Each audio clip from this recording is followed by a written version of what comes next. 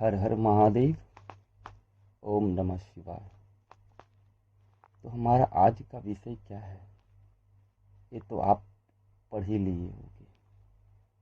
ठीक है, तो इसके बारे में कुछ कहने की आवश्यकता नहीं है, परंतु जो आपके जानने योग्य है वो आपको अवश्य जानना चाहिए।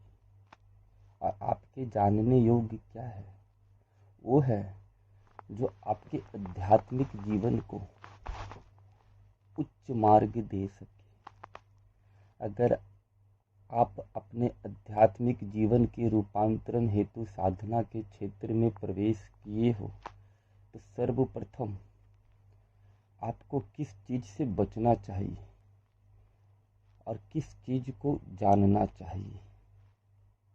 हाँ, किस तत्व को अपने चित्त से मुक्त करना चाहिए और किस तत्व को आत्मसात करना चाहिए, ये बहुत मायने रखती है। और वस्तुतः अगर आप देखोगे तो ज्ञान दो तरह की होती है। एक ज्ञान वो होती है जो आपके भीतर एक आकर्षण पैदा करती है, और एक ज्ञान वो होती है जो आपके चित्त में स्थित तमाम आकर्षण और आवरण को निष्क्रिय करती है, नष्ट करती है और उसके प्रभाव से आपके चित्त को मुक्त करती है। हाँ, तो आपको किस प्रकार की ज्ञान चाहिए, ये आप स्वयं निर्धारित करो, है ना। दूसरी बातें, ठीक है, अगर आप साधना के क्षेत्र में प्रवेश किए हो तो आपको शुद्ध ज्ञान की आवश्यकता है। वो ज्ञान जो आपके चित्त में स्थित तमाम आवरण और भ्रम से आपको मुक्त कर सके, ना कि वो ज्ञान जो इस आवरण, भ्रम और आकर्षण को नित्य बढ़ाते चले जाए। ठीक है, इतना तो समझ गए। देखते हो भाई, आज के समय में मैं अपने अनुभव से कह रहा हूँ कि व्यक्ति साधना के नाम पे जो ज्ञान बांटते हैं उसमें ज्ञान तो बहुत कम रहता है, परंतु मिर्च मसाले उसमें इतने डाले जाते हैं ना, जो सदैव भ्रम और आकर्षण का कारण बनती है। परंतु तुम्हारे रास्ते क्या है? अगर तुम वास्तविक में एक साधक हो, वास्तविक में साधना के क्षेत्र में प्रवेश किए हो रूपांतरण हेतु, तो सर्वप्रथम तुम्हें ऐसी ज्ञान से मुक्त होने की आवश्यकता हो जो तुम्हारे आवरण और तुम्हारे भ्रम को निष्क्रिय अथवा नष्ट तो नहीं कर पा रहा है, परंतु नित्य उसमें इजाफा कर रहा है, उसको बढ़ाते चले जा रहा है ना। और यहाँ एक चीज आपको और जानना चाहिए कि आप कभी खुद से एक सवाल किए हो? हाँ, जब भी आप एकांत में बैठो, ध्यान में बैठो, साधना में बैठो, तो ये सवाल जवाब करने की प्रक्रिया निरंतर चालू रखो। निरंतर खुद से सवाल करो और तब तक सवाल करो जब तक तुम्हें यथार्थ और वास्तविक उत्तर स्वयं के द्वारा प्राप्त नहीं हो जाता है। ठीक है, जो व्यक्ति ज्ञान लेने योग्य हो जाता है ना, वो इस ज्ञान को पाने के लिए अपने राजपाट, हर भौतिक सुख सुविधा को लात मार करके इस ज्ञान को पाने हेतु निकल पड़ता है। हाँ, अपने आत्मिक यात्रा को पूर्ण करने हेतु हर उस ज्ञान की तलाश करता है जो इस यात्रा में उसकी सहायक हो। परंतु यहाँ तो लोग बिल्कुल उल्टी दिशा की ओर जा रहे हैं। वो तो नासमझ हैं, उनकी कोई गलती नहीं है। परंतु ऐसे लोग जो ज्ञान के नाम पे अनेकों मिर्च मसाला और आकर्षण निर्मित कर रहे हैं, वो तो समझदार है। और अगर समझदार नहीं है तो ज्ञान देने के नाम पे ये क्या दिया जा रहा है, क्या दिया जा रहा है? अब खुद सोचो ना, खुद फैसला कर। इसमें मैं कोई टिप्पणी नहीं करूंगा। इस विषय पे मैं ज़्यादा कुछ इसलिए नहीं बोलना चाहता हूँ क्योंकि इस तथ्य से मैं भली भांति अवगत हूँ कि जो ज्ञान लेने योग्य है ये नियति, ये प्राकृतिक, उसकी मदद अवश्य करती है।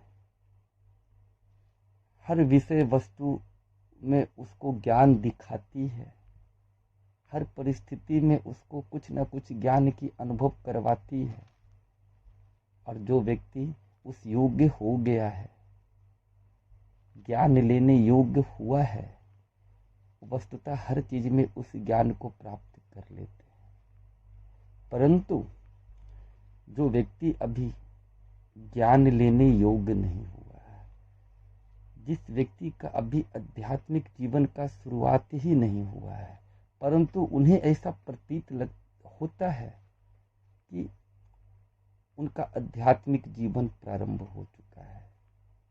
कुछ ऐसे व्यक्ति होते हैं जिन्हें साधना से कोई मतलब तो नहीं होता है, परंतु उनका अहम भाव उन्हें निरंतर ये अनुभव करवाता है कि वो एक साधक की श्रेणी में आ चुके हैं।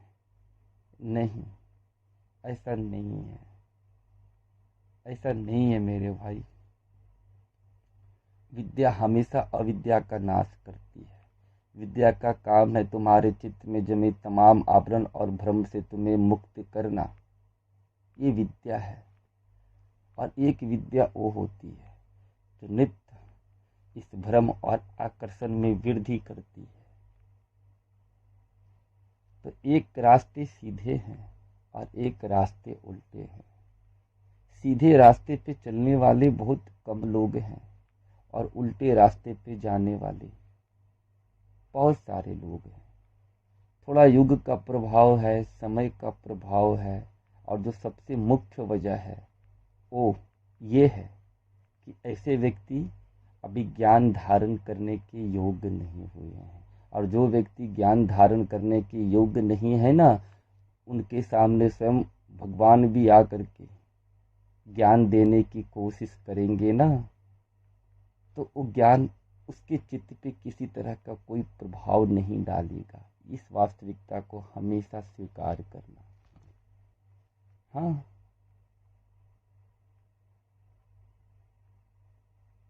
समझ गए ना, हमेशा।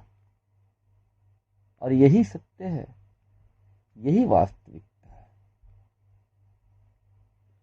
ये तुम खुद से पूछो ना, बेहतर होगा। जो तुम्हें मैं नहीं बता सकता हूँ उसका जवाब तुम्हें अपने अंदर से अवश्य प्राप्त हो जाएगा कि तुम वास्तविक में साधना के जीवन में प्रवेश किए हो, अपने आध्यात्मिक जीवन को उन्नत करने की प्रयास कर रहे हो, या फिर निरंतर एक भ्रम का शिकार हो रहे हो। है ना? तो यही सत्य है। अगर तुम्हें ज्ञान चाहिए, शुद्ध ज्ञान चाहिए, तो फिर तुम्हें ज्ञान से मतलब होनी चाहिए, ना कि उस ज्ञान में प्रयोग होने वाले ऐसे ऐसे सामग्री और ऐसे ऐसे शब्दों से मतलब होनी चाहिए जो उस ज्ञान को एक, मनोरंजन का चीज बना रहे हैं। यही तो है जो ज्ञान व्यक्ति के अंदर एक आकर्षण पैदा करे। उस ज्ञान से मुक्त होने के बजाय व्यक्ति निरंतर वही चीज देखना पसंद करता है जो उसके मनोरंजन का कारण हो, ना कि उसके रूपांतरण का कारण हो। ये मैं नहीं कह रहा हूं, ये मैं देखता हूं, हर दिन देखता हूं, हर दिन देखता हूं। और सच बताऊं ना तो ऐसे स्वभाव वाले व्यक्ति को विरला कहा जाता है जो वास्तविक में ज्ञान लेने के योग्य हो गया है और अपनी दिशा को निरंतर एक लय से गति करवा रहा है उसी दिशा की ओर, और निरंतर ऐसी ऐसी चीज की तलाश कर रहा है जो उसकी आत्मिक उन्नति अथवा उसके रूपांतरण में सहायक सिद्ध हो अथवा रूपांतरण का कारण बने। ठीक है, तो इस सब चीज से बचो भाई। अगर तुम वास्तविक में एक साधक हो, वास्तविक में तुमने अपने सांसारिक जीवन को जी लिया, अपने भौतिक कायाम को जी लिया और अपने अनुभव से एक ज्ञात कर लिया कि संसारिक और भौतिक तौर पे चाहे मैं कुछ भी क्यों नहीं प्राप्त कर लूं, परंतु वो कुछ भी हमेशा कुछ और की मांग करते रहेगा, और उसी कुछ और की मांग को समाप्त करने का जो एकमात्र रास्ता है वो है स्वयं का साक्षात्कार। और इस स्वयं के साक्षात्कार करने के लिए जो इसमें बाधा उत्पन्न कर रही है, जो व्यक्ति को स्वयं का साक्षात्कार होने नहीं देता है, जो व्यक्ति को रूपांतरित होने नहीं देता है, वो ऐसे ही बहुत सारे मिर्च मसाला वाले और भ्रमित ज्ञान होते हैं जो महज आकर्षण पैदा करने के लिए लोगों के सामने परोसा जाता है। वो ज्ञान तो कम सुनते हैं,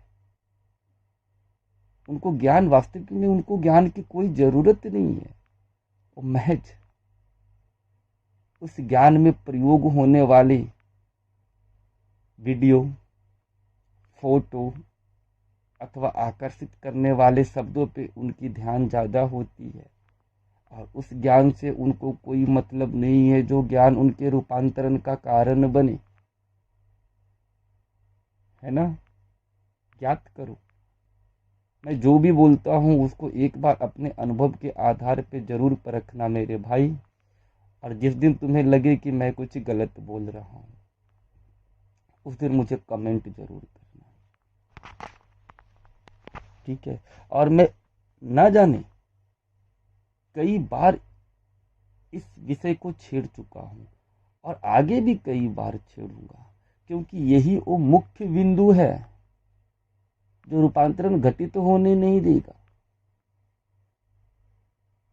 ठीक है, तो हमेशा शुद्ध ज्ञान की तलाश करो, ना कि उस ज्ञान की जो तुम्हें आकर्षण से मुक्त करने के बजाय नित्य तुम्हें आकर्षण में उलझाए चली जाए। और हमेशा शाश्वत ज्ञान ही चित्त में स्थित आवरण और आकर्षण और भ्रम को मुक्त करने का कारण बनती है, ना कि वो ज्ञान जो नित्य इस आकर्षण, भ्रम और आवरण को विकसित करने की कार्य करती है। ठीक है, चलो ज्यादा समय नहीं लूंगा आपको, मैं आपको वही बताऊंगा जो आपके जानने योग्य है, और आपको वही जानना भी चाहिए जो आपके जानने योग्य है। ठीक है, अब मुझे आज्ञा दी। हर हर महादेव। ओम नमः शिवाय।